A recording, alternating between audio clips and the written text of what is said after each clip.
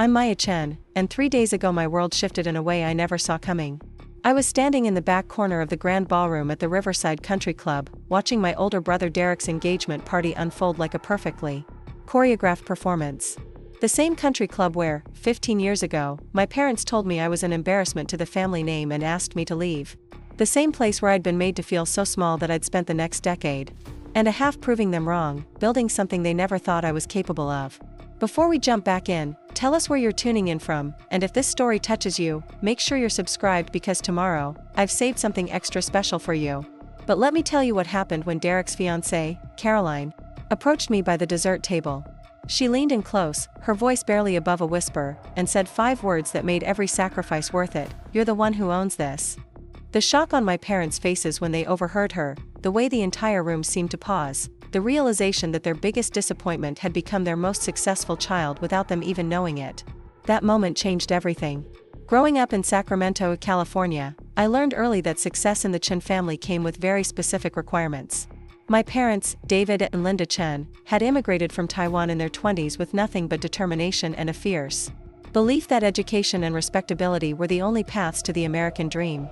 Dad worked his way up from dishwasher to restaurant manager, eventually opening his own small accounting firm.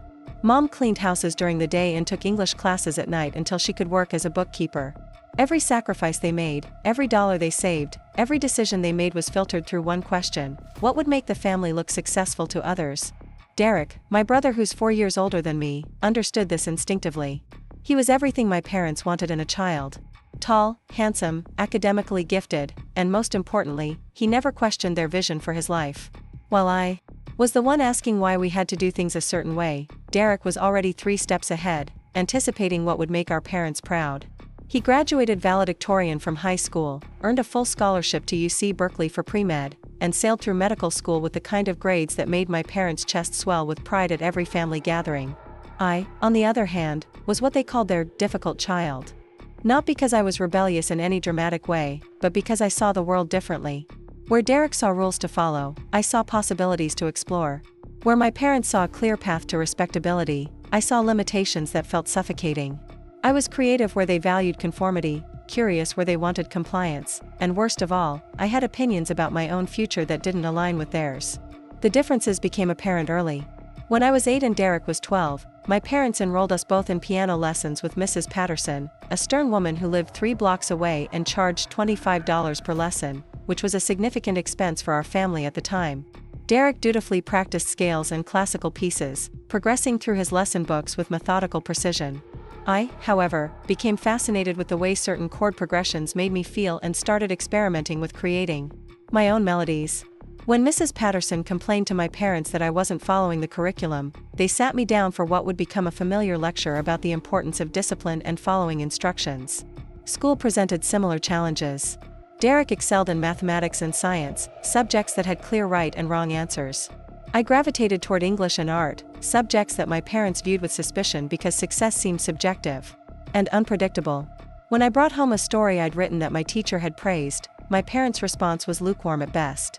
When Derek brought home a perfect score on a chemistry test, it was celebrated with his favorite dinner and calls. To relatives in Taiwan, the message was clear: there was a right way to be successful, and it involved following predetermined paths that led to careers like doctor, lawyer, engineer, or accountant.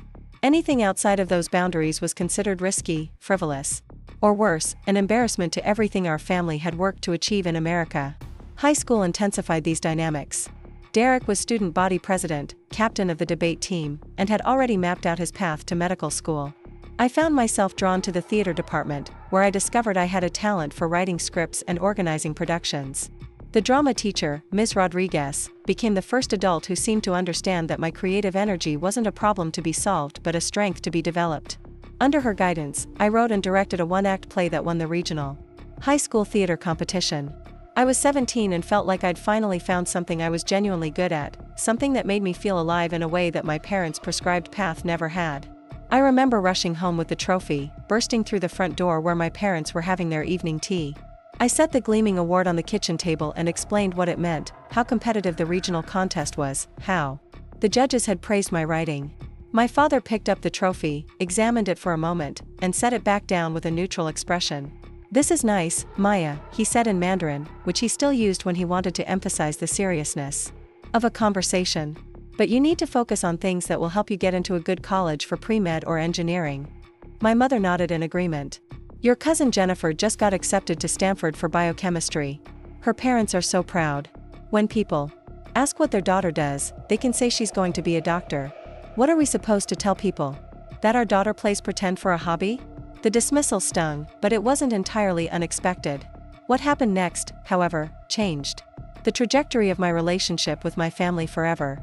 Derek had been accepted early admission to UC Berkeley and was preparing for his graduation party, an event my parents had been planning for months. They'd invited relatives, family friends, neighbors, and colleagues from Dad's accounting firm. It was going to be held at the Riverside Country Club, the most prestigious venue in our area, and would cost more than my parents typically spent in 3 months. 3 weeks before Derek's party, I made a decision that felt right in my 17-year-old mind but would prove to be catastrophically naive. I applied to the California Institute of the Arts, a prestigious creative school in Los Angeles, without telling my parents. I'd been researching it for months, saving money from my part-time job at the local bookstore to pay the application fee, and working on my portfolio in secret. My plan was to surprise them with an acceptance letter, thinking that if a respected institution validated my creative abilities, they might finally understand that there were different paths to success. The acceptance letter arrived on a Tuesday afternoon in April. I was home alone, having finished my shift at the bookstore early, and I remember standing in our small kitchen reading the letter over and over again. California Institute of the Arts was offering me not just admission but a partial scholarship based on my portfolio. It felt like validation of everything I'd been trying to explain to my parents about my interests and abilities. I decided to tell them that evening, right after dinner when we typically gathered in the living room to watch the news together. I'd rehearsed what I would say, how I would explain the school's reputation, the value of the education, the career opportunities in creative industries. I was naive enough to believe that their love for me would override their disappointment that I wasn't following the path they'd envisioned. The conversation didn't go as I'd imagined. When I handed my father the acceptance letter, his face went through several expressions: confusion, recognition, and then something harder to define. Disappointment mixed with what looked like genuine anger. My mother read over his shoulder, and I watched her face mirror his emotions. "You applied to art school without discussing it with us?" my father asked, his voice dangerously quiet. "It's not just art school," I said, trying to keep my voice steady. "It's one of the most respected creative institutions in the country. They're offering me scholarship money, which means they really believe in my potential." My mother shook her head. "Maya, we've talked about this. Creative careers are not stable. They're not respected. What kind of future are you planning to build?" "The kind where I'm happy and successful doing something I'm passionate about," I replied, immediately realizing how that sounded to parents who had sacrificed their own desires for financial security. Derek, who had been listening from the doorway, stepped into the room. "Maybe you should reconsider, Maya. You could always do creative stuff as a hobby while building a real career." His comment, though probably well-intentioned, felt like a betrayal. I'd hoped that Derek, who knew me better than anyone, might understand or at least support my decision to forge my own path. The argument that followed lasted for 2 hours and covered ground we'd been over countless times before.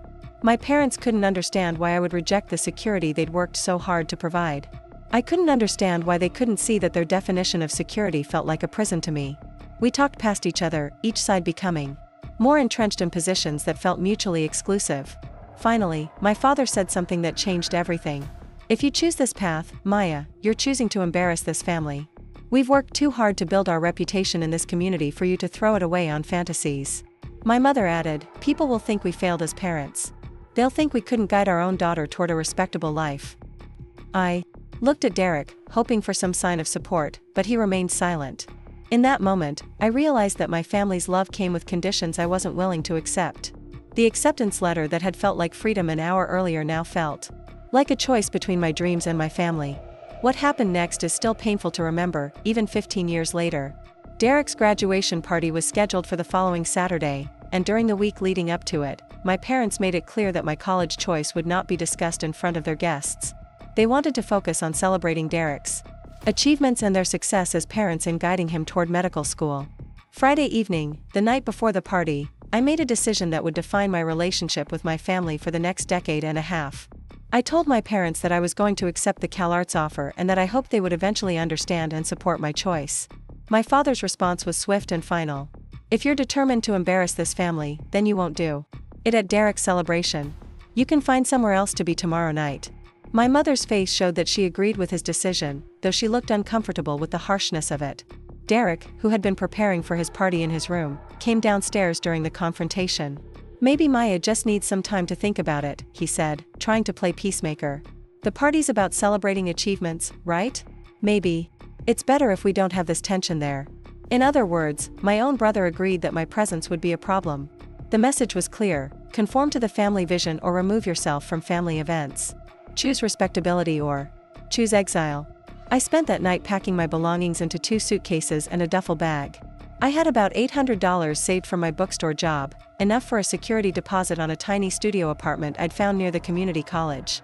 My plan was to work full-time, save money, and start at CalArts in the fall.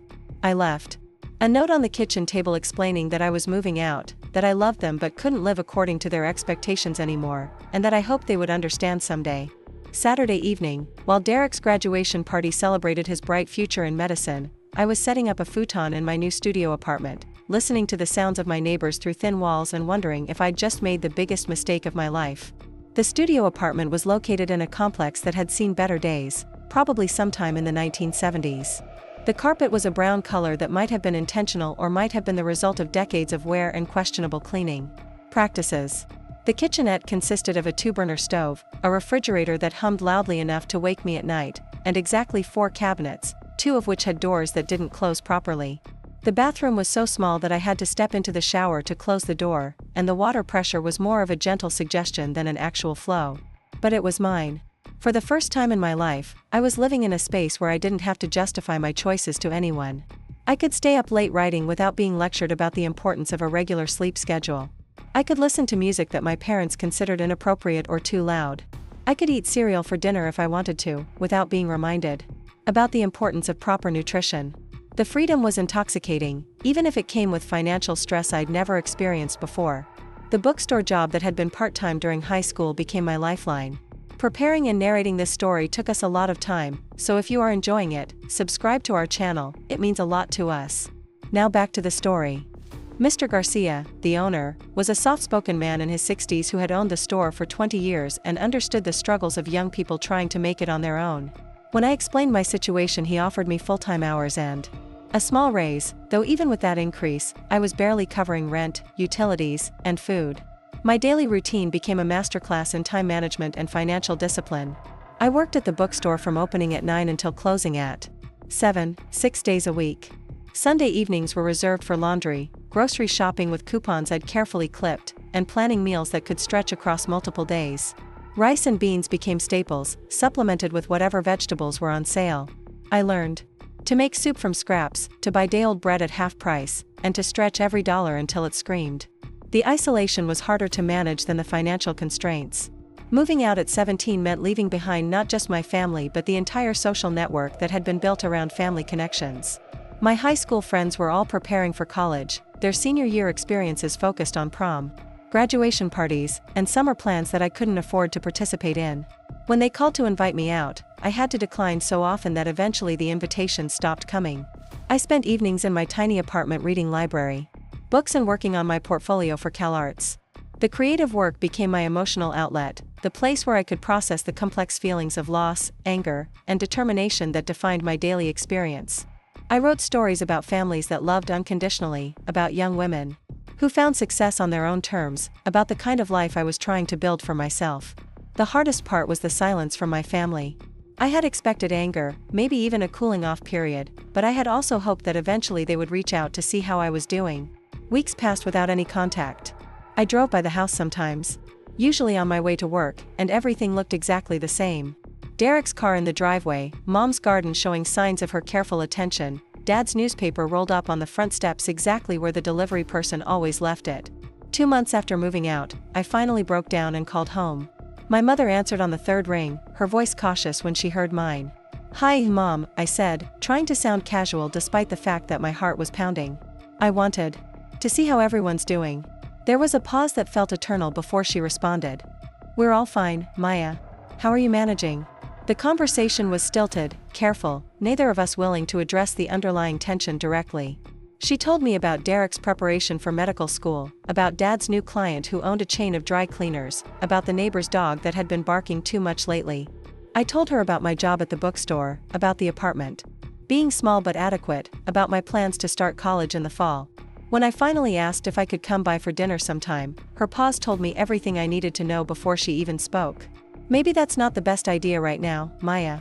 Your father is still very upset about your choices. I think we all need more time. I hung up the phone feeling more alone than I had since moving out. The message was clear: the door to reconciliation would remain closed as long as I insisted on pursuing what they considered an embarrassing path. Starting at CalArts that fall was both terrifying and exhilarating. The campus culture was unlike anything I'd experienced, filled with students who had been encouraged to think creatively, to take risks, to see their artistic pursuits as legitimate career paths rather than frivolous hobbies. For the first time since leaving home, I felt like I belonged somewhere. My financial situation remained precarious. Even with the partial scholarship, I was taking out student loans to cover tuition and living expenses. I'd found a slightly larger apartment closer to campus that I shared with 2 other students, which helped with rent but meant even less privacy than my studio. I worked 20 hours a week at the campus bookstore, which paid slightly better than my previous job but still required careful budgeting and creative meal planning. The academic work was challenging in the best possible way. My first-year coursework included screenwriting, where I discovered I had an instinct for dialogue and character development. My professor, a woman named Dr. Sarah Martinez who had worked as a script doctor in Hollywood before transitioning to academia, became the first mentor who truly understood my aspirations. During office hours one afternoon, about 3 months into my first semester, Dr. Martinez asked me about my family's reaction to my career choice. I'd mentioned in class that I was funding my education independently, and she'd picked up on the implications. It's complicated, I said, not wanting to go into details about the estrangement. They have different ideas about what constitutes a successful career. Dr. Martinez nodded knowingly. I've seen this before, especially with first-generation college students whose families sacrificed to create opportunities they thought would lead to financial security. It's painful when the opportunities their children choose look different from what they envisioned.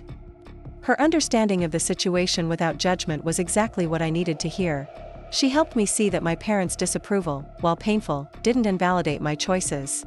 She also became the first person to suggest that success in creative fields wasn't just possible but could be financially rewarding if approached with the same discipline and strategic thinking that my parents applied to their traditional careers. Under Dr. Martinez's guidance, I began to see my creative work not just as personal expression but as the foundation for a business. She introduced me to concepts like intellectual property, licensing agreements, and the various revenue streams available to creative professionals. Most importantly, she helped me understand that pursuing a creative career didn't mean accepting financial instability. It meant being smart about building multiple income sources and treating creativity as both art and business. By my sophomore year, I was starting to see concrete results from this approach. A short script I'd written was selected for production by the student film department, and the finished piece was accepted into 3 regional film festivals. More importantly, it caught the attention of a talent agent who specialized in representing emerging writers. The agent, Rebecca Liu, was in her 40s and had built a successful career representing writers for television and digital content. Rebecca became the second mentor who fundamentally changed how I thought about my career trajectory. She explained how the entertainment industry was evolving, particularly with the rise of streaming platforms and digital content creation. Writers who could create compelling stories across multiple formats: film, television, digital content, even podcasts were increasingly valuable. The key, Rebecca told me during our first official meeting, is to think of yourself not just as a writer but as a storyteller and content creator. The platforms will keep changing, but good storytelling will always be in demand. She helped me understand the business side of creative work in ways that Dr. Martinez had introduced but Rebecca could detail with real-world experience. I learned about option agreements, how to pitch projects effectively, the importance of building relationships within the industry, and how to negotiate contracts that protected my interests while building long-term career prospects.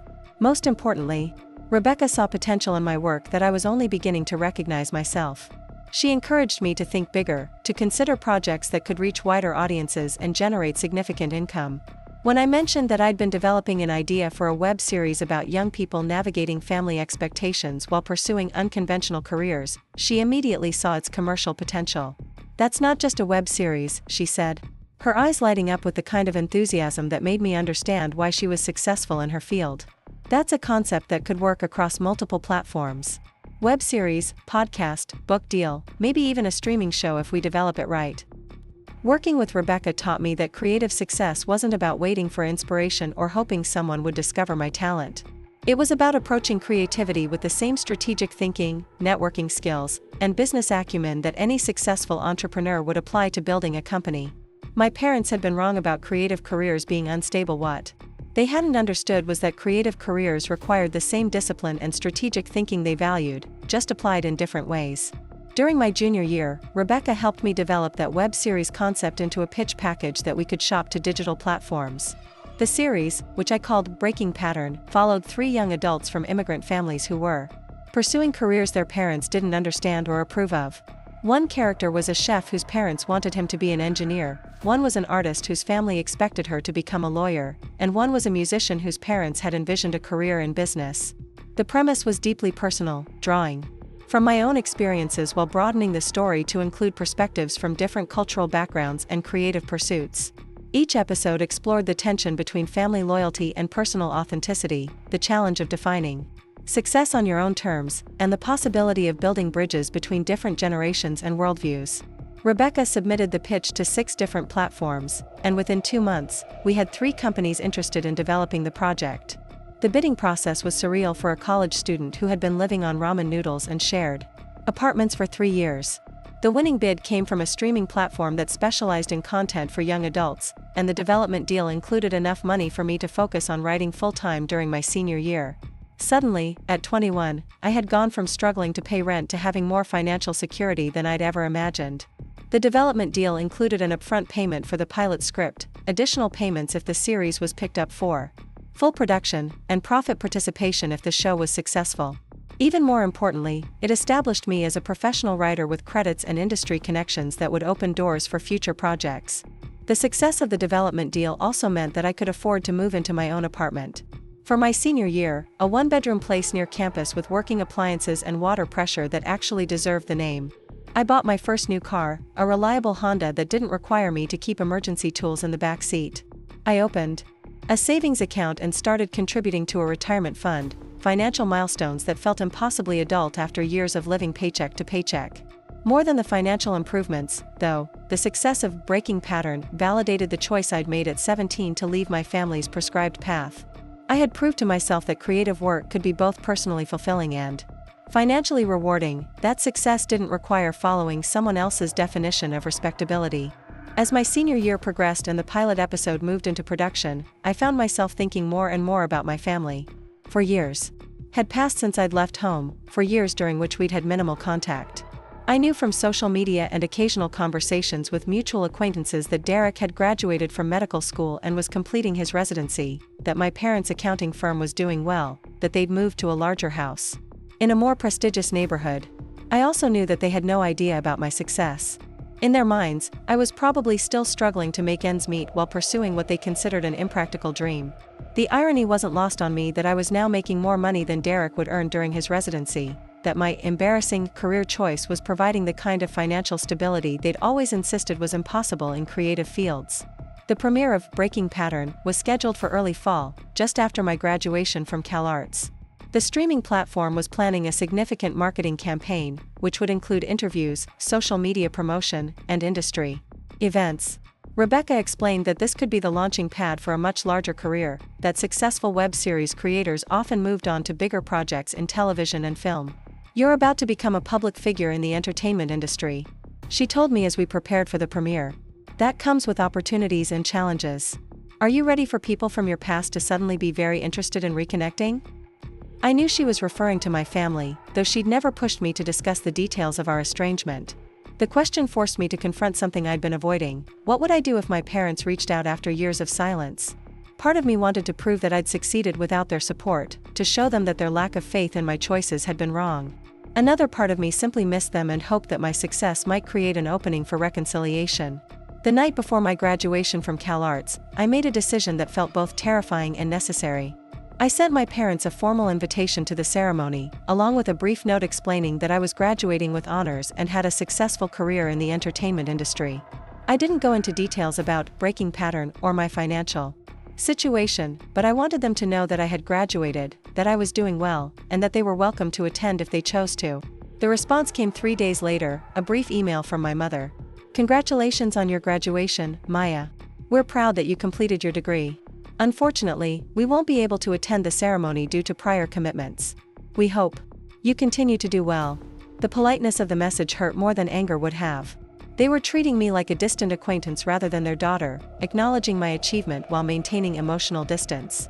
The prior commitments felt like a convenient excuse to avoid engaging with choices they still didn't approve of. I graduated without family in attendance, but I wasn't alone. Dr. Martinez was there, along with Rebecca and several friends I'd made during my 4 years at CalArts. The ceremony felt like both an ending and a beginning, the culmination of a difficult journey that had started in my tiny studio apartment 4 years earlier, and the launch of a career that was already exceeding my most optimistic expectations. That evening, at the graduation party organized by my classmates, I received a text message that changed everything. It was from Derek, the first direct communication I'd had from him since leaving home. Hey Maya. Saw Mom and Dad got your graduation invitation. Congratulations on finishing your degree. I'd like to catch up sometime if you're interested. I'm getting engaged next month and thought you should know. The message was casual, almost tentative, but it represented the first crack in the wall of silence that had separated us for 4 years. Derek was getting engaged, a major life event that I wouldn't have known about without his outreach. More importantly, he was reaching out directly, suggesting that he might be ready to rebuild our relationship independent of our parents' position. I stared at the message for several minutes before responding. Congratulations on your engagement. I'd like to catch up too.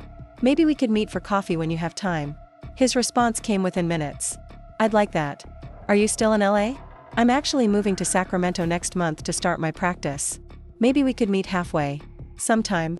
The possibility of reconnecting with Derek felt like a door opening to a future I hadn't dared to imagine. Not a return to our old family dynamic, which had been built on my compliance with expectations I couldn't meet, but potentially a new relationship built on mutual respect for the different paths we'd chosen. As I prepared for the premiere of Breaking Pattern and the next phase of my career, I found myself thinking about success in ways that went beyond professional achievement and financial security. Real success, I was beginning to understand, might include finding a way to honor both my authentic self and my family connections, to prove that it was possible to break from traditional expectations while still maintaining love and respect for the people who had shaped me.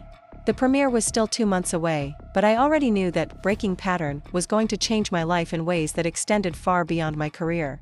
The show was going to make me visible in a way that would make it impossible for my family to pretend I didn't exist or that my choices hadn't led to success. The question was whether that visibility would create opportunities for healing or simply force a more public confrontation with the choices we'd all made years earlier. Standing on the CalArts campus after graduation, holding my diploma and looking toward a future that felt full of possibility, I realized that the scared 17-year-old who had packed her belongings into 2 suitcases was gone. In her place was a confident, successful professional who had learned that sometimes the most loving thing you can do for your family is to prove them wrong about what's possible. The coffee shop Derek suggested for our first meeting in 4 years was neutral territory, a small cafe in Davis that sat exactly halfway between Sacramento and Los Angeles. I arrived 20 minutes early, partly from nervousness and partly from a habit I'd developed of being early to everything since moving out. Punctuality had become one of the ways I demonstrated that I was responsible and successful, even when no one was watching. I chose a corner table with a clear view of the entrance and ordered a latte I didn't particularly want, needing something to do with my hands. The barista, a college student with purple hair and multiple piercings, gave me a friendly smile as she handed over my drink. I wondered what she would think if she knew I was about to have the most important conversation with my family in 4 years, or that I was nervous about seeing my own brother. Derek walked in exactly on time, and I was struck by how much he'd changed. Medical school and residency had aged him in ways that went beyond the passage of time. He looked tired in a way that seemed permanent, with the kind of posture that suggested he spent long hours hunched over charts or standing in operating rooms. But he also carried himself with a confidence that was new, the bearing of someone who had found his place in the world and knew his own competence. He spotted me immediately and walked over with a hesitant smile that reminded me of the older brother I'd grown up with, the one who used to help me with math homework and let me tag along to the arcade sometimes when his friends weren't around. Maya, he said, settling into the chair across from me. You look good. Really good. Thanks, I replied, studying his face for signs of judgment or disapproval. You look tired but happy. Residency treating you well? He laughed, and for a moment the awkwardness dissolved. Residency is a special kind of torture, but I love what I'm doing. Emergency medicine turns out to be perfect for my personality. I like the problem solving, the variety, the fact that every day is different. We spent the first 30 minutes catching up on safe topics. He told me about his residency program, the long hours, the steep learning curve of treating patients. Independently, I told him about Los Angeles, about Cal Arts, about the entertainment industry in general terms. We were dancing around the larger questions, testing the waters to see if conversation was possible without immediately triggering the conflicts that had driven us apart. Finally, Derek brought up what we were both thinking about. Maya, I want to apologize for how things went down when you left home.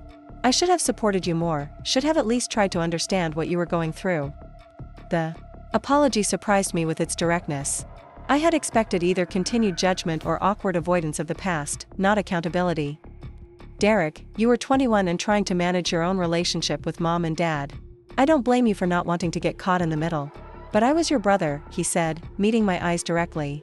That should have mattered more than keeping the peace. I knew they were being too harsh, but I told myself it wasn't my place to interfere. His honesty opened a door I hadn't realized I wanted to walk through. It was complicated for everyone. I probably could have handled it better too, found a way to pursue what I wanted without creating such a dramatic break. Could you, though? Derek asked thoughtfully. I've been thinking about this a lot, especially since I started planning my engagement. I'm marrying someone mom and dad approve of, someone who fits their vision of what a doctor's wife should be. But what if I weren't? What if I had fallen in love with someone they couldn't accept? Would I have been brave enough to choose love over their approval? The question revealed something about Derek I hadn't expected. He had followed the prescribed path, but not without thinking about alternatives, not without recognizing the courage it had taken for me to break away. Who are you marrying?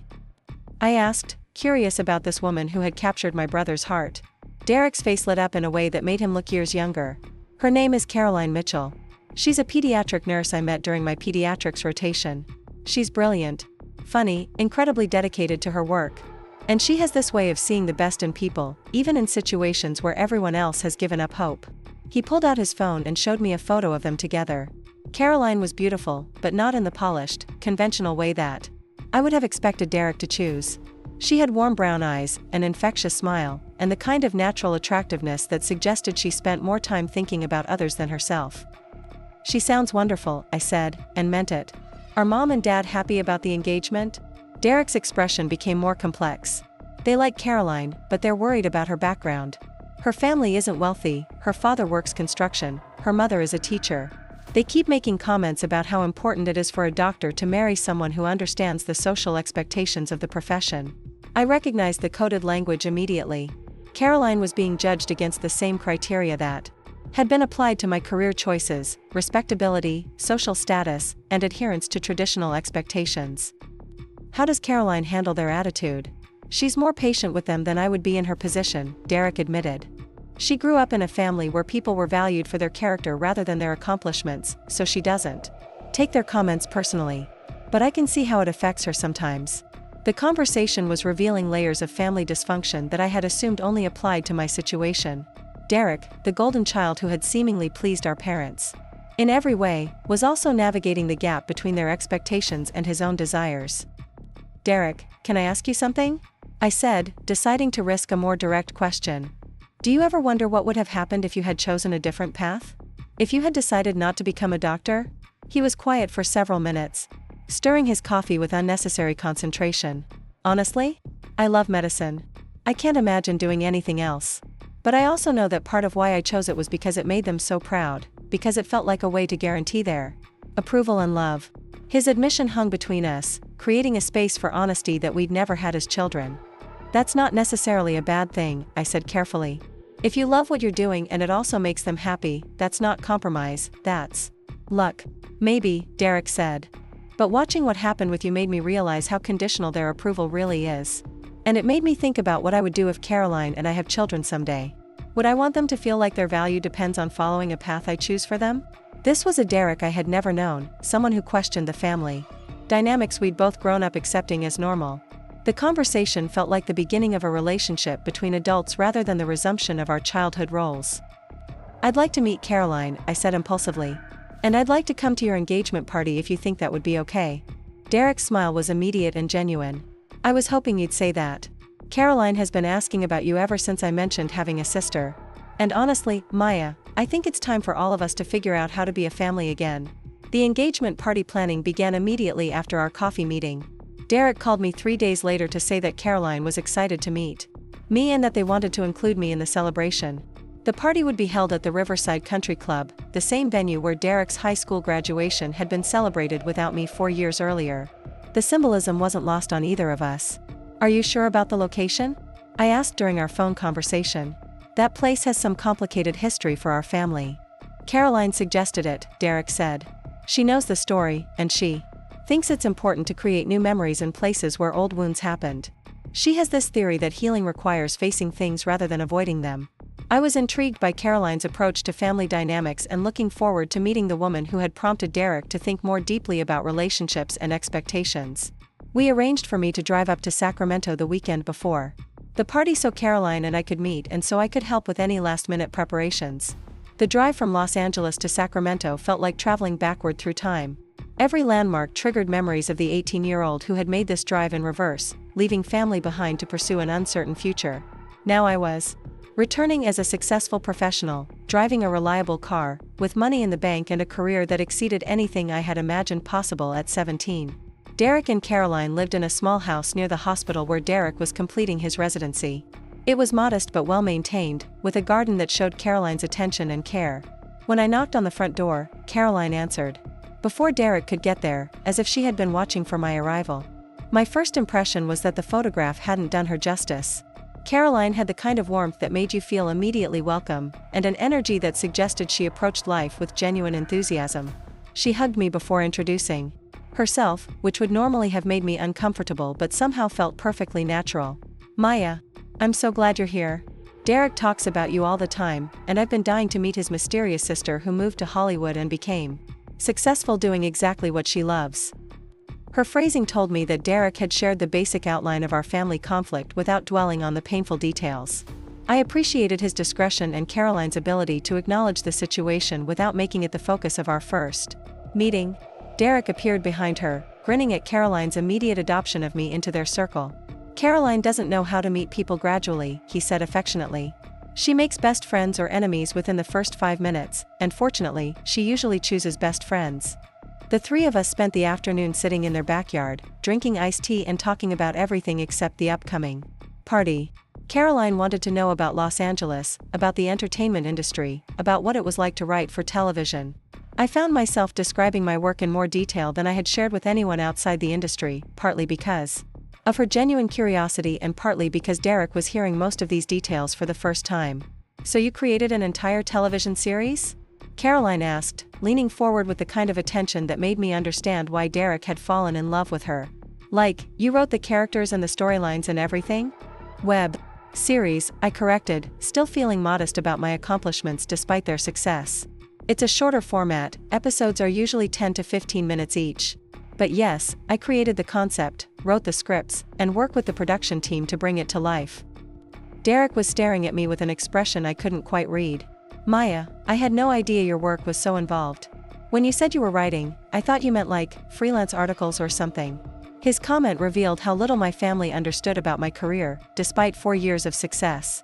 In their minds, I was probably still the impractical teenager who had chosen art school over pre-med, not a professional who had built a business around creative work. Caroline seemed to sense the undercurrent of family complexity without being told the details. "Derek, show Maya the engagement announcement your parents want to put in the newspaper," she said with a mischievous smile. Derek looked embarrassed, but went inside and returned with a draft announcement that was clearly my parents' work. The language was formal to the point of being pretentious, emphasizing Derek's medical credentials, his residency program, and even our father's accounting firm. Caroline was identified as Miss Caroline Mitchell, daughter of Robert and Patricia Mitchell, with no mention of her profession or accomplishments. "They want to announce our engagement like it's a business merger," Caroline said, laughing but with an edge that suggested this wasn't entirely funny to her. I told Derek I wanted to add a line about being a pediatric nurse, and his mother said it wasn't necessary because everyone will understand that she works in healthcare. The announcement was a perfect example of how my parents approached public presentations of family success. Every detail was calculated to project respectability and status, with personal identity subordinated to social positioning. I could see how Caroline, coming from a family that valued different things, would find this approach both amusing and frustrating. "Welcome to the Chen family approach to public relations," I said dryly. "Everything is about how it looks to other people, especially people whose opinions shouldn't matter but somehow do." Derek winced slightly. Maya's right. Our parents have always been concerned about appearances, sometimes more than the actual substance of what's happening. That evening, Caroline cooked dinner for the three of us, and I got to observe their relationship dynamics. They were clearly deeply in love, but what impressed me more was how they navigated differences with respect and humor. When Derek made a comment about Caroline's cooking that she took as criticism, instead of escalating into an argument, they talked through the miscommunication until they understood each other's perspectives. Watching them together made me realize how little I knew about healthy romantic relationships. I had been so focused on building my career and proving my independence that I had avoided serious romantic commitments. Derek and Caroline's partnership looked like something worth aspiring to, a relationship that enhanced both people rather than requiring either person to diminish themselves. After dinner, Derek went to bed early, exhausted from a 36-hour shift at the hospital. Caroline and I stayed up talking, and I found myself sharing more about my family history than I had intended. She listened without judgment, asking thoughtful questions that helped me articulate feelings I had been carrying for years. "It sounds like your parents love you but don't know how to love the actual you," Caroline said when I finished explaining the college fund situation and the years of estrangement.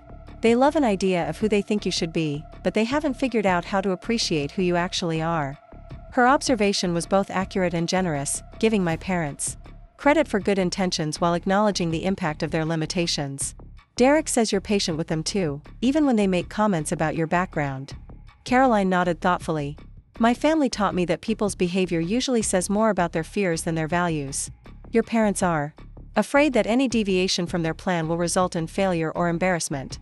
My approach is to be so consistently successful and happy that eventually they'll have to adjust their assumptions about what success looks like." Her strategy was both wise and optimistic, suggesting that change was possible if approached with patience and consistent evidence rather than confrontation and demands for immediate acceptance. "Caroline, can I ask you something?" I said, feeling bold enough to venture into more personal territory. "Are you nervous about marrying into a family with these kinds of dynamics?" She considered the question seriously before answering. "A little. But I'm not marrying Derek's family, I'm marrying Derek. And Derek is committed to building something different, to breaking patterns that don't serve anyone well. That's actually one of the things I love most about him. He's willing to examine his assumptions and make changes when necessary." Her confidence in Derek's growth potential was touching, and it made me hope that my brother really was evolving beyond the family dynamics that had shaped our childhood.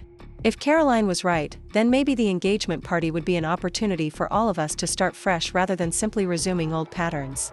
The next day, Caroline took me shopping for an outfit for the engagement party. I had planned to wear something I already owned, but she insisted that the occasion called for something special.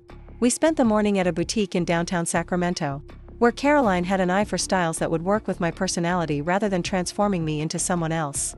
I ended up choosing a deep blue dress that was elegant without being overly formal, sophisticated enough for the country club setting but still feeling like something I would choose to wear.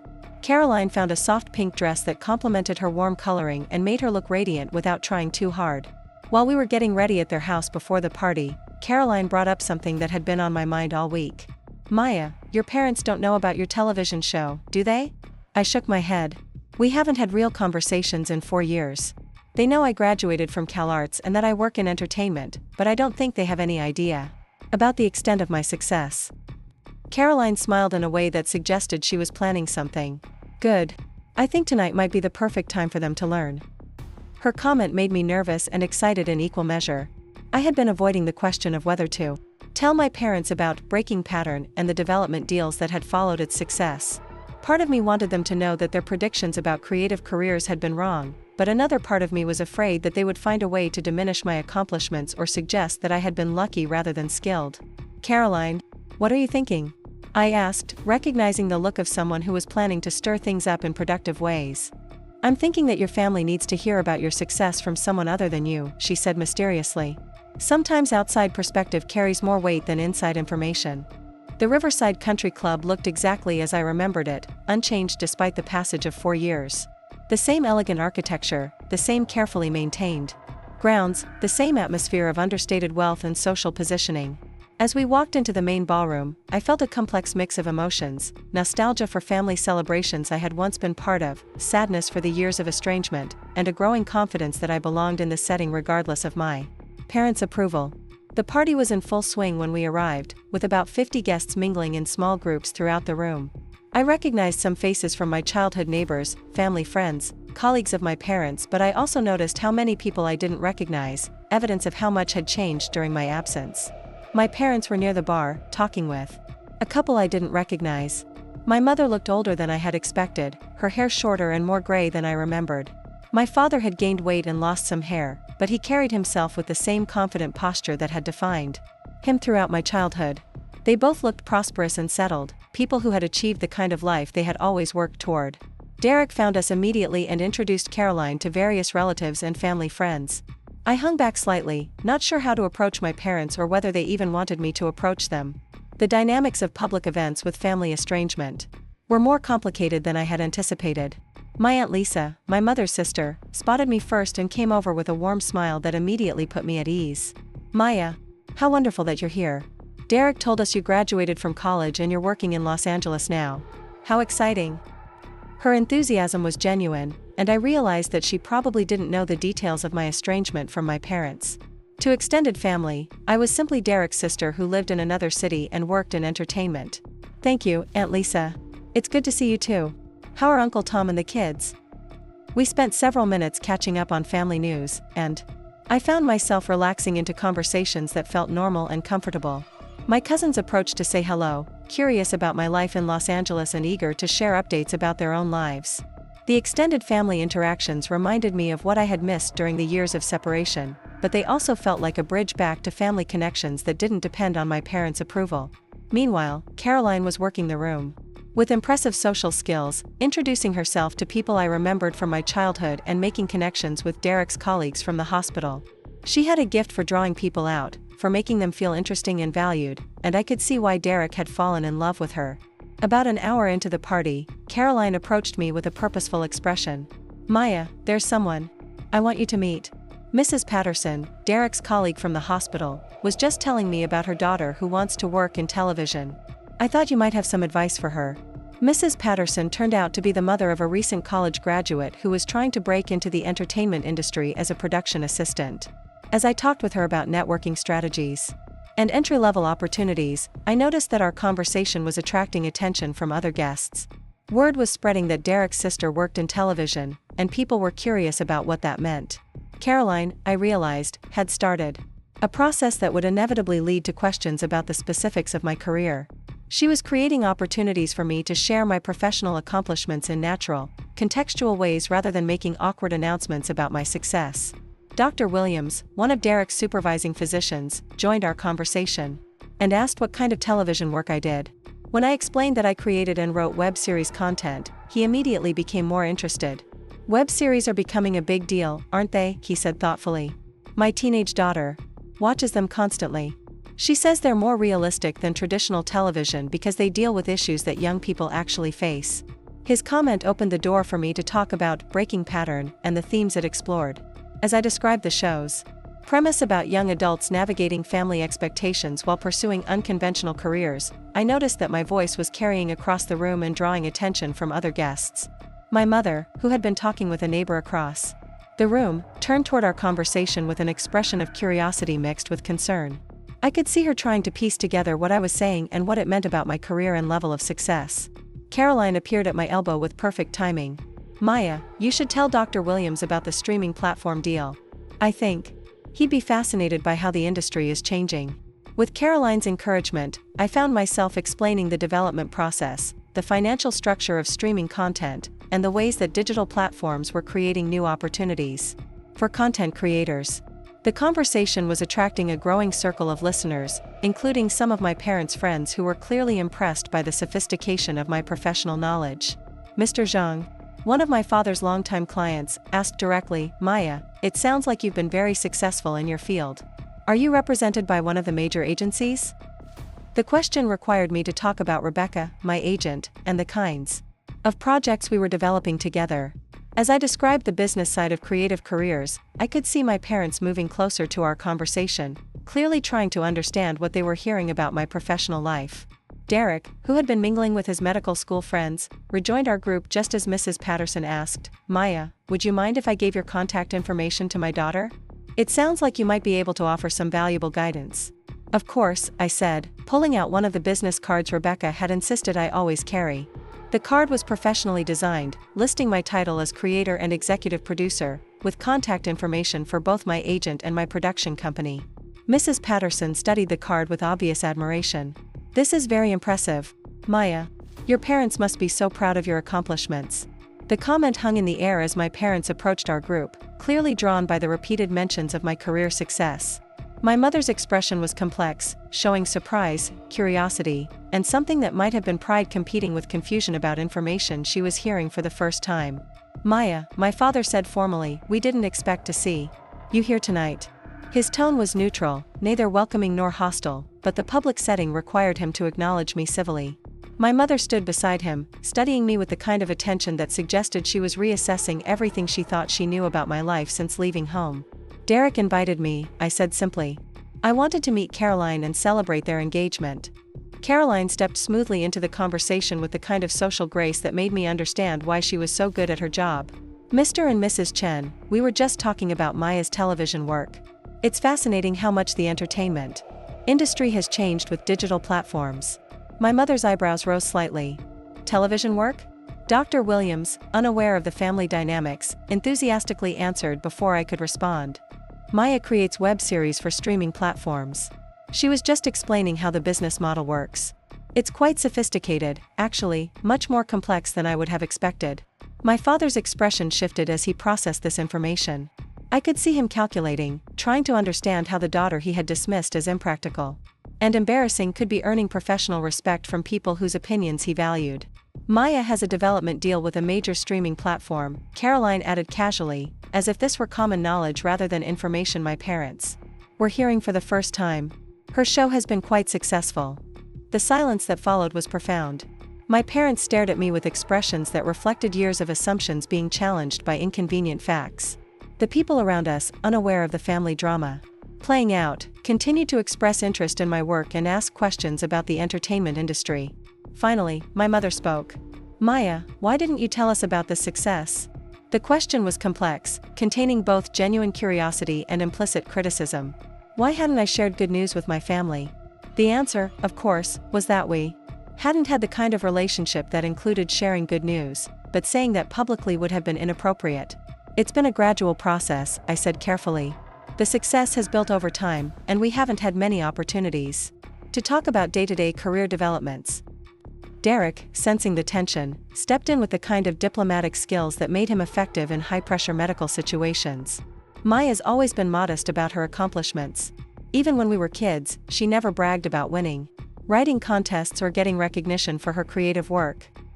His comment was both supportive and subtly educational, reminding our parents that my creative abilities had been evident from childhood and that success in this field was based on genuine talent rather than luck or accident.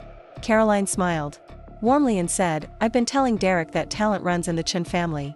You must be so proud to have both a doctor and a television creator as children."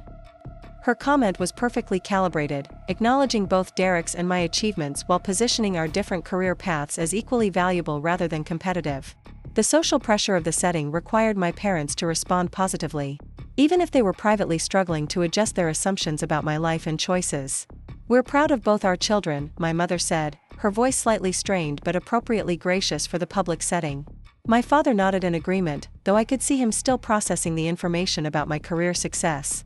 The man who had dismissed creative careers as unstable and embarrassing was being forced to confront evidence that his daughter's impractical choices had led to exactly the kind of professional recognition and financial success he valued. The conversation gradually shifted to other topics, but the damage to old assumptions had been done. Throughout the rest of the evening, I noticed my parents watching me with new attention, clearly reassessing everything they thought they knew about my life and choices. Caroline's strategy had been brilliant. Instead of confronting my parents directly about their treatment of me, she had created a situation where they discovered my success through the impressed reactions of people whose opinions they respected. The revelation came with social pressure to respond positively and publicly acknowledge my achievements. As the evening progressed, I found myself having genuine conversations with relatives and family friends who were curious about my work and impressed by my accomplishments. The teenager who had been told she was embarrassing the family was being treated as someone whose career was interesting and admirable. Derek found me near the end of the evening, as guests were beginning to leave and the formal part of the celebration was winding down. "Maya, thank you for coming tonight. Having you here made everything feel more complete." "Thank you for inviting me," I said, meaning it deeply. "Caroline is wonderful, Derek. You're lucky to have found each other." He smiled, but his expression became more serious. "Maya, I think tonight changed things with Mom and Dad. I could see them processing information they didn't have before, adjusting their assumptions about your life." I nodded, having noticed the same thing. Caroline orchestrated that beautifully. She's quite the strategist. She believes in giving people opportunities to do the right thing rather than forcing confrontations, Derek said. Her theory is that most people want to be proud of their family members, but sometimes they need help figuring out how. As I prepared to leave, my mother approached me hesitantly. "Maya, would you like to come by the house tomorrow before you drive back to Los Angeles? I could make lunch, and we could talk." The invitation was tentative, clearly an olive branch but offered without certainty about how it would be received. It represented the first direct overture from my parents in 4 years, prompted by an evening that had forced them to see me as someone other than the disappointing daughter who had rejected their guidance. "I'd like that," I said simply. "What time works for you?" We arranged for me to come by at noon the next day, and I left the engagement party feeling like something fundamental had shifted. The success that I had built independently, without their support or approval, had become a bridge back to family relationships that I had thought might be permanently damaged. Driving back to Derek and Caroline's house that night, I found myself thinking about forgiveness and reconciliation in new ways. The evening had proven that change was possible, that people could adjust their assumptions when presented with evidence that challenged their preconceptions. But it had also shown me that I no longer needed their approval to feel successful or valuable. The scared 17-year-old who had left home to prove them wrong was gone, replaced by a confident professional who could engage with family relationships from a position of strength rather than desperation for acceptance. Tomorrow's lunch would be the first real test of whether we could build something new together, something based on mutual respect rather than my compliance with their expectations. The drive to my parents' house the next morning felt surreal. I had made this journey countless times as a child and teenager, but now I was approaching it as an adult who had built a life they knew nothing about. The familiar streets of my childhood neighborhood looked smaller somehow, the houses more modest than my memory had preserved them. I parked in the driveway behind my father's sedan, the same spot where I used to park my beat-up Honda when I lived at home. My mother answered the door before I could ring the bell, suggesting she had been watching for my arrival. She looked nervous, fidgeting with her wedding ring in a way I remembered from my childhood when she was anxious about something important. "Maya," she said, stepping aside to let me enter. "Thank you for coming. I wasn't sure you would." The house smelled exactly the same, a combination of my mother's cooking and the jasmine-scented candles she bought from the Chinese grocery store. The furniture had been rearranged slightly, and there were new photographs on the walls, but the essential character of the space was unchanged. What struck me most was how small everything seemed, how the rooms that had felt spacious in my memory were actually quite modest. My father emerged from his study, carrying himself with the same formal posture that had intimidated me as a child but now simply seemed like his way of managing uncomfortable situations.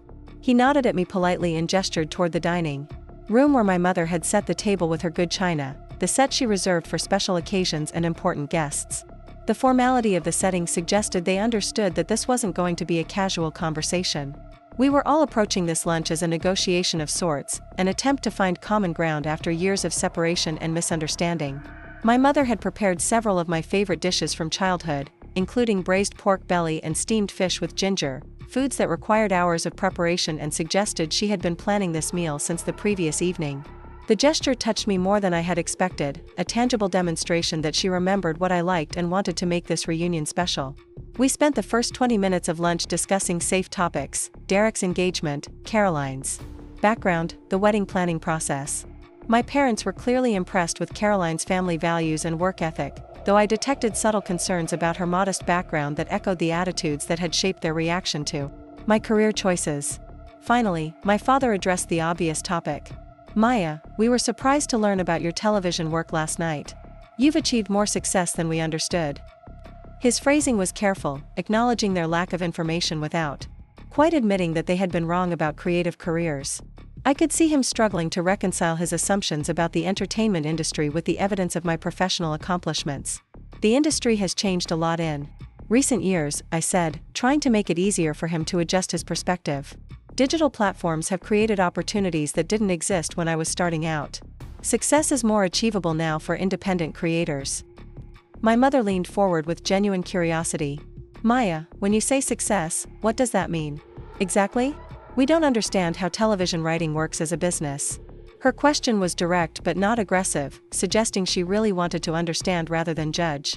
I spent the next 30 minutes explaining the economics of content creation, the various revenue streams available to writers and producers, and the ways that successful shows could generate income through multiple seasons, international sales, and licensing agreements. As I talked, I watched my parents' expressions change. They were processing information that challenged fundamental assumptions about creative careers being financially unstable. My father, with his accounting background, was particularly interested in the business structure and profit-sharing arrangements that made television writing potentially lucrative. So your web series has generated enough income for you to support yourself in Los Angeles? My mother asked, trying to understand the practical implications of my success. More than support myself, I said honestly. The development deals and subsequent projects have been quite profitable. I've been able to buy a house, invest for retirement, and establish financial security that I never expected to achieve this quickly. The admission hung in the air as my parents absorbed information that contradicted everything they had believed about my choices. Their daughter, who they had predicted would struggle financially while pursuing impractical dreams, was describing a level of financial success that exceeded what most people achieved in traditional careers. My father cleared his throat, preparing to say something that I could see was difficult for him. Maya, we owe you an apology. We were wrong about the viability of creative careers, and we were wrong about your ability to succeed in that field. The apology was formal and somewhat stiff, but it represented a fundamental shift in his position. My father rarely admitted being wrong about anything, and never about important matters involving family and career guidance. My mother's apology was more emotional. Maya, we thought we were protecting you from disappointment and financial insecurity. We wanted you to have the kind of stable career that would guarantee your future security. I understand that your intentions were good, I said carefully. But the way you went about protecting me ended up pushing me away from the family entirely. This was the first time I had directly addressed the impact of their behavior rather than just the career disagreement itself. I could see both of them struggling with the realization that their protective instincts had caused the very outcome they had been trying to prevent. We didn't handle things well, my father admitted. We should have found a way to express our concerns without making you feel like your dreams were worthless. And we should have trusted your judgment more, my mother added. You were always mature for your age, always thoughtful about important decisions. We should have given you more credit for knowing what was right for you. The conversation was moving into territory that felt both healing and dangerous. We were finally talking honestly about the dynamics that had driven us apart, but we were also touching on years of accumulated hurt and resentment that couldn't be resolved in a single lunch. Mom, Dad, I said, deciding to risk complete honesty, the hardest part wasn't that you disagreed with my choices. The hardest part was that you made me feel like I was an embarrassment to the family, like my success or failure reflected badly on you rather than on me. My mother's eyes filled with tears. Maya, we never meant to make you feel that way.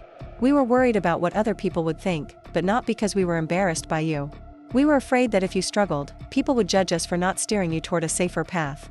Her explanation revealed something I hadn't understood before. Their behavior had been driven by fear of judgment rather than lack of confidence in me. They had been so concerned about protecting their reputation as good parents that they had lost sight of what actual good parenting looked like. The irony, I said gently, is that your attempts to avoid judgment actually created the very situation you were afraid of. When I left home and we stopped speaking, that probably generated more gossip and speculation than my career choice ever would have. My father nodded grimly. You're right. Several people have asked over the years why you never visit, why you're not at family events. We've had to make excuses that probably sounded worse than the truth would have. This admission suggested that the estrangement had been as difficult for them as it had been for me, though they had been too proud or stubborn to reach out and repair the relationship. Maya, my mother said hesitantly, would you be willing to tell us about your life in Los Angeles? We've missed so much, and we'd like to understand what your day-to-day life is like." The request felt like an invitation to share rather than an interrogation, so I found myself describing my house in the Hollywood Hills, my daily writing routine, my relationships with colleagues and collaborators in the entertainment industry. I told them about Rebecca, my agent, who had become both a professional mentor and a trusted friend. I described the creative process of developing new show concepts, the collaborative nature of television production, and the satisfaction of seeing my ideas brought to life by talented actors and directors. As I talked, I realized how much of my adult life had been lived in isolation from my family. All the milestones and achievements that would normally be shared with parents and siblings had been experienced alone or with friends who had become chosen family. The loneliness of that separation was more apparent now than it had been when I was living it. "Do you have someone special in your life?" my mother asked, venturing into personal territory with obvious care. "I've been focused on building my career," I said honestly. "There have been relationships, but nothing serious enough to last. I think I've been afraid to depend on anyone too much after learning how quickly family support can disappear." The comment was more vulnerable than I had intended, but it seemed important to be honest about how the family estrangement had affected other areas of my life. My parents exchanged a look that suggested they understood the connection between my reluctance to commit romantically and my experience of conditional family love. "Maya," my father said slowly, "we would like to find a way to rebuild our relationship with you. We understand that we damaged your trust, and we know that healing will take time. But we hope you might be willing to give us another chance to be the parents you deserve." The offer was more than I had dared to hope for, but it also felt overwhelming. For years of independence had taught me to be cautious about depending on family support that could be withdrawn if my choices didn't meet their approval. "Dad, I appreciate that you want to reconnect," I said carefully. "But I need to understand what's changed. What would be different this time? How do I know that you won't withdraw your support again if I make decisions you don't approve of?" The question was harsh but necessary. I had built a life that didn't require their approval, and I wasn't willing to give up that independence just to resume old patterns of conditional acceptance. My father considered the question seriously. Before responding, "Maya, what's changed is that we've seen the results of your decisions. You've proven that you can make good choices for your life, even when they don't match our expectations. We've also learned that trying to control your choices only damages our relationship without actually protecting you. And we've realized," my mother added, "that having a successful, happy daughter who lives her own life is better than having a resentful daughter who follows our plan but never forgives us for forcing her to abandon her dreams." Their responses suggested genuine reflection and growth, but I needed more specifics about how this new relationship would function. "What about future decisions?" I asked. "What if I decide to move to New York for a job opportunity, or choose to remain single longer than you think is appropriate, or make other choices that worry you? How will you handle those situations differently?" My parents looked at each other, clearly recognizing that this was a test of their commitment to change. "We'll express our concerns if we have them," my father said slowly, "but we'll respect your right to make your own decisions. And we'll support you regardless of whether we agree with your choices. More importantly," my mother said, "we'll remember that your choices belong to you, not to us. Our job is to love and support you, not to live your life for you." The conversation continued for another hour, covering practical questions about how we might rebuild our relationship. We discussed visits, phone calls, inclusion in family events, and the gradual process of learning to trust each other again.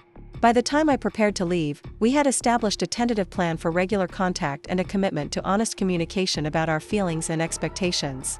As I drove back to Los Angeles that afternoon, I felt emotionally exhausted but cautiously optimistic. The lunch had represented more progress than I had achieved with my family in 4 years, but I also knew that real change would require sustained effort from all of us. Over the following months, my parents and I began the slow process of rebuilding our relationship. We started with weekly phone calls that gradually became more natural and less formal. My mother would share updates about family, friends, and neighbors, while I told her about new projects I was developing and interesting people I was meeting in the entertainment industry. My father surprised me by becoming genuinely interested in the business aspects of my career.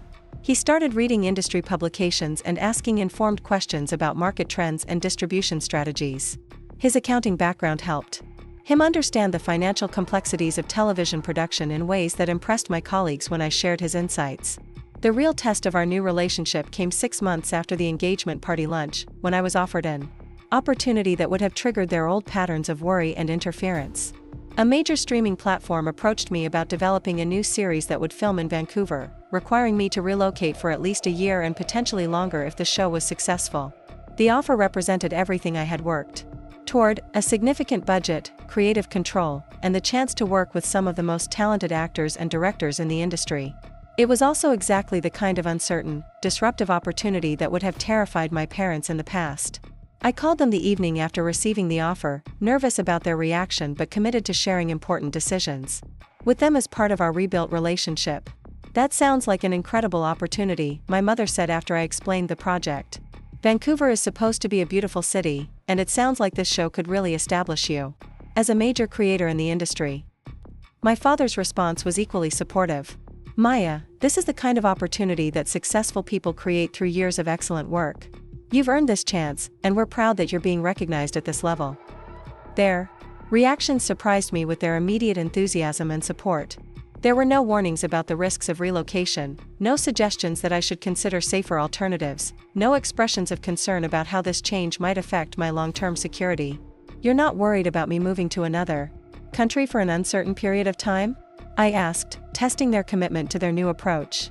"Of course we'll miss having you closer," my mother said, "but this is your career and your life. We trust your judgment about what's best for your future." My father added, "Maya, we've learned that our job is to support your dreams, not to limit them. This opportunity clearly aligns with your goals and represents recognition of your talents." Their response felt like a graduation of sorts, evidence that they had genuinely changed their approach to parenting and family relationships. They were offering support without conditions, encouragement without attempts to control the outcome. I accepted the Vancouver offer, and the show became the most successful project of my career. The series ran for 3 seasons, won several industry awards, and established me as one of the most sought-after creators in television. More importantly, throughout the entire experience, my parents remained supportive and encouraging, celebrating my successes and offering comfort during the inevitable challenges and setbacks. Derek and Caroline's wedding took place during the 2nd season of production, and I flew back from Vancouver to serve as Derek's best person, a role that would have been unimaginable during our years of estrangement. Standing beside my brother as he married the woman who had helped facilitate our family's healing felt like a completion of the circle that had begun at their engagement party. During the wedding reception, I found myself dancing with my father for the first time since I was a child. As we moved slowly around the dance floor, he said something that crystallized everything that had changed between us. "Maya, I need you to know how proud I am of the woman you've become. Not just your professional success, but your courage in pursuing your own path and your grace in giving us another chance to be your parents." The comment brought tears to my eyes, representing the kind of unconditional acceptance I had craved as a teenager but had learned to live without as an adult. "Dad," I replied, "thank you for being willing to change, for learning to see success in ways you hadn't considered before." As the evening progressed, I was struck by how natural it felt to be part of my family again, how the years of estrangement had faded into the background as we created new memories and established new patterns of interaction. Caroline approached me near the end of the reception, radiant in her wedding dress and glowing with happiness. "Maya, I have something to tell you," she said with the mischievous smile I had come to associate with her best ideas. "Derek and I have been talking about starting a family soon, and we want you to be our first child's godmother." The offer was unexpected and deeply moving, representing not just inclusion in their future family but recognition of my importance in their lives. It also suggested that Derek and Caroline saw me as someone who could offer guidance and support to the next generation, despite my own unconventional path. "I would be honored," I said, meaning it completely. As I prepared to return to Vancouver and the final season of my show, I reflected on the journey that had brought me from the isolated teenager who had packed her belongings into 2 suitcases to the successful professional who was being invited to help shape the next generation of my family. The process of rebuilding relationships with my parents had taught me that forgiveness wasn't just about letting go of past hurts, but about creating space for people to grow and change. My parents had demonstrated that it was possible to examine long-held beliefs, acknowledge mistakes, and develop new approaches to family relationships even later in life. More importantly, I had learned that success wasn't just about proving other people wrong, but about building a life that felt authentic and fulfilling regardless of external validation. The professional achievements that had initially served as proof that my parents had been wrong about creative careers had evolved into something more valuable: the foundation for financial independence and creative fulfillment that allowed me to engage with family relationships from a position of strength rather than need. The Vancouver series wrapped production after 3 successful seasons, and I returned to Los Angeles with multiple offers for new projects and a reputation as one of the most successful show creators in the industry. I had achieved everything I had dreamed of as a 17-year-old leaving home, but more importantly, I had built the kind of life that felt sustainable and meaningful.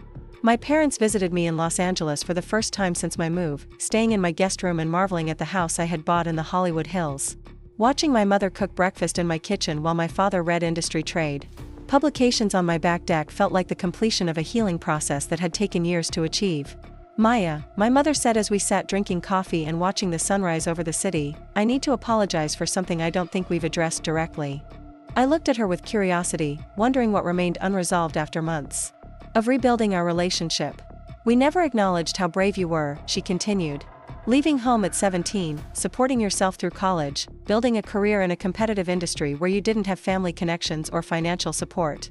We were so focused on our own fears that we didn't recognize the courage it took to pursue your dreams despite our disapproval." Her acknowledgement touched something deep inside me that I hadn't realized still needed healing. The recognition of my courage and independence meant more than any celebration of my professional success. "Thank you for saying that, Mom," I replied. "It means everything to hear you recognize what that journey required." My father joined us on the deck, settling into one of the comfortable chairs I had chosen specifically for moments like this. Family conversations with unlimited time and no agenda beyond connection. "Maya," he said, "your mother and I have been talking about something we'd like to propose." His tone suggested this was important, and I gave him my full attention. "We know that we missed years of your life, milestones and achievements that we should have been there to support and celebrate. We can't get that time back, but we'd like to find ways to be more present for your future." "What did you have in mind?" I asked, curious about their proposal.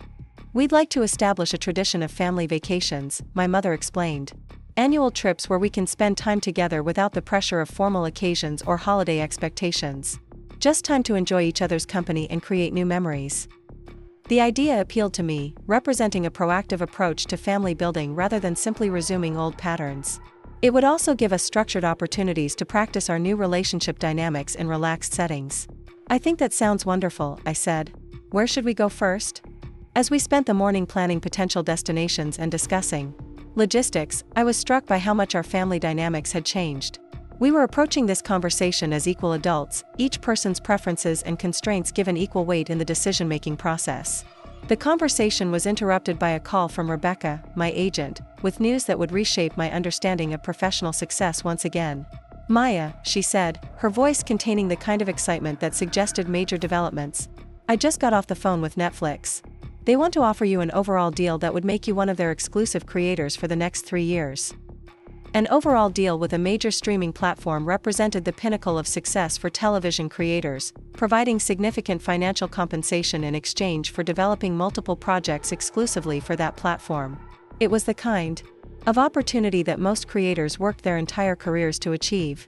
As Rebecca explained the terms of the offer, I found myself looking at my parents, who were listening to my side of the conversation with obvious interest and growing excitement.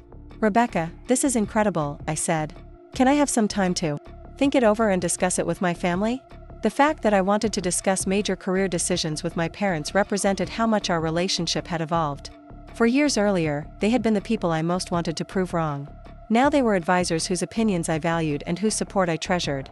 After I hung up, I explained the Netflix offer to my parents, watching their faces light up with pride and excitement. "Maya, this is beyond anything we ever imagined possible," my father said, his accounting mind clearly calculating the financial implications of the deal. "This would establish you as one of the most successful creators in the entire industry." My mother's reaction was more emotional. "Sweetheart, this is proof that following your dreams was exactly the right choice. You've built something extraordinary." Their responses crystallized how completely our family dynamic had transformed. The parents who had once viewed my career as embarrassing and impractical were now my most enthusiastic supporters, genuinely proud of achievements they had once predicted would never materialize. That evening, as we sat on my deck watching the sunset over Los Angeles, my father made an observation that captured the essence of our journey together. "Maya, when you left home, we thought we were losing our daughter to poor decisions and unrealistic dreams. What we actually lost was the chance to watch our daughter become the remarkable woman she was always meant to be. We're grateful that you've given us the opportunity to be part of your life again." His words represented the kind of acknowledgement I had hoped for as a teenager but had learned to live without as an adult. Hearing it now, from a position of strength and independence, felt like the final piece of healing I hadn't realized I still needed. As I prepared to call Rebecca the next morning and accept the Netflix deal, I reflected on the unexpected turns my life had taken. The family rejection that had initially felt like the end of everything had actually been the beginning of a journey toward authentic success and meaningful relationships. The scared 17-year-old who had packed her belongings into 2 suitcases had evolved into a confident professional who could offer guidance to other young people facing similar choices between family expectations and personal dreams. More importantly, she had become someone who understood that the best success includes both professional achievement and family relationships built on mutual respect rather than conditional approval. Up next, you've got 2 more standout stories right on your screen. If this one hit the mark, you won't want to pass these up. Just click and check them out.